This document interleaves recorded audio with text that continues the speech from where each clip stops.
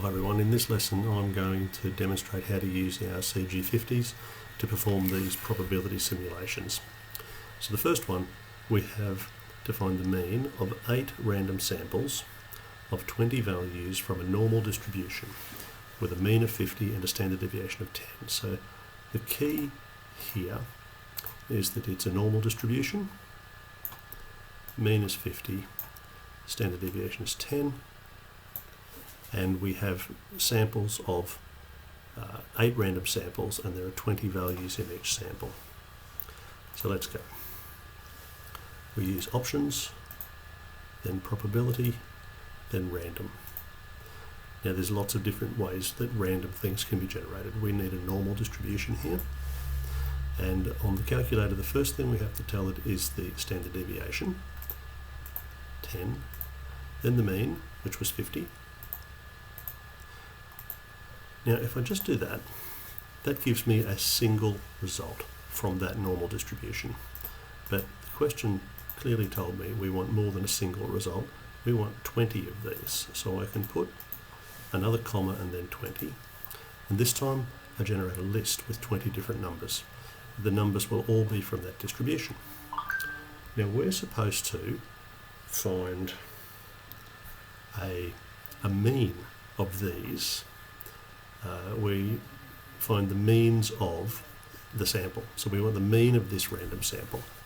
Now, because that's a list, I can use a list operation. I could either do this way, where I can go options, list, then sum, and what I'd need to do is say use the list answer. Now if I do this from the very next step, it'll reference that list as the previous answer. That's the sum of all those numbers. There were 20 of them. I could take that answer and divide by 20, and there is the mean of those 20 in that sample. So the mean value of 48.09. It's pretty close to the value of 50. If I wanted to get 8 random samples, I'd have to repeat this process 8 times. Now I can make that all happen in one step. I could do the following. I could start on my list menu with sum. Then I could go to my probability menu and generate my random numbers. So again, we have a standard deviation of 10.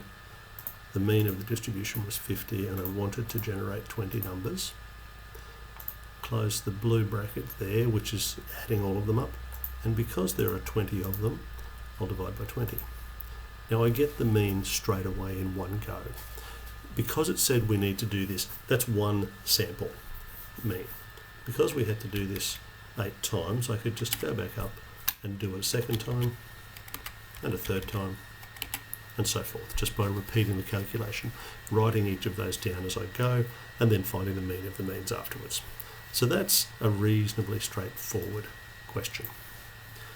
Let's go now. Where did my second question go? Ah, there it is. Let's go to one like this. We want to simulate the sample mean of 60 samples. That's a lot more, so we won't want to do that one by one. We need 10 rolls of a single normal die. 10 rolls of a single normal die.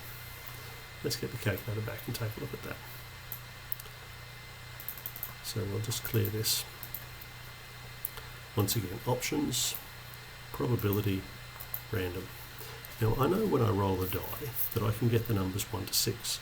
They're integers, so I'll use random integers between 1 and 6. Now if I just put that, I get a single random integer. If I repeat, a different random integer, and this would represent rolling a single die. We were supposed to roll these 10 times. Alright, so let's go in here and we'll put comma 10. This time our answer is a list with 10 entries. Each entry represents one roll of the die, and these are the outcomes that we got. We needed to find the sample mean. So that's one sample of 10. I need to find the mean of this. I could go like I did before. I could go to my list menu and I could add them. I'll put brackets, go to the end, close the brackets, and then divide by 10. There's my mean. If I want to do that a second time, and a third time, and a fourth time, I'm going to get very bored doing this 60 times. So there must be a better way, and there is. I will go to the spreadsheet app. And I happen to have things here, so I'll just delete everything in my spreadsheet. Now in the first cell, I'm going to enter that formula that I just had. The key difference with the spreadsheet is I must begin with an equals sign. So, equals. Now everything else is the same. Options, list, sum. I'll put some brackets. Options, probability, random, integers from 1 to 6, and I want 10 of them. Then I divide by 10. That gives me the mean of 10 rolls of a single die, and I need to do this 60 times. So highlight, go up to cell A1. Now I'm going to press clip. Clip is another word, or a clip a word the calculator used. It's sort of like select. You can see how it says A1 to A1. I can now go down to cell 60, and then I've selected all of those 60 cells in this column. Now I want to go, what do I want to go? I think I want to go exit from there, then I want to press edit. I'm looking for fill, there it is. Now it's filling this formula from A1 to A60, so let's execute that. It takes a moment to think about it. There are all of those different means from rolling a die 10 times. So each of these represents rolling the die 10 times and taking the mean of the outcomes. Now we were supposed to find the sample means. Well, there are 60 sample means. Draw the sampling distribution and find the mean and standard deviation of the sampling. So this itself represents a distribution. I'm going to go to graph. Now let's just check the settings. My stack graph one is a histogram using, I want that to be cell A1 to A60.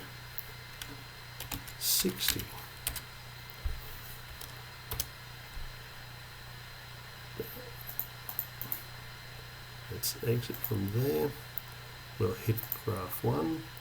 Now, these all seem to be around 3, so I might, some a bit lower than 3. I think the expected value is 3.5.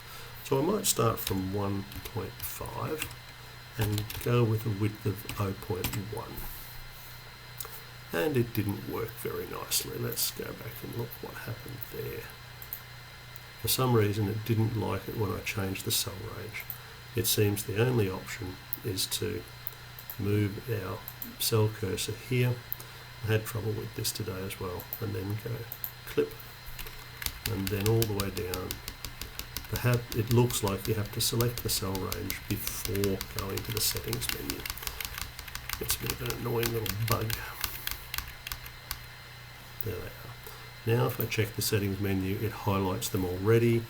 Don't know why it likes it better that way than when I typed it. Now if I hit graph 1, there's my histogram.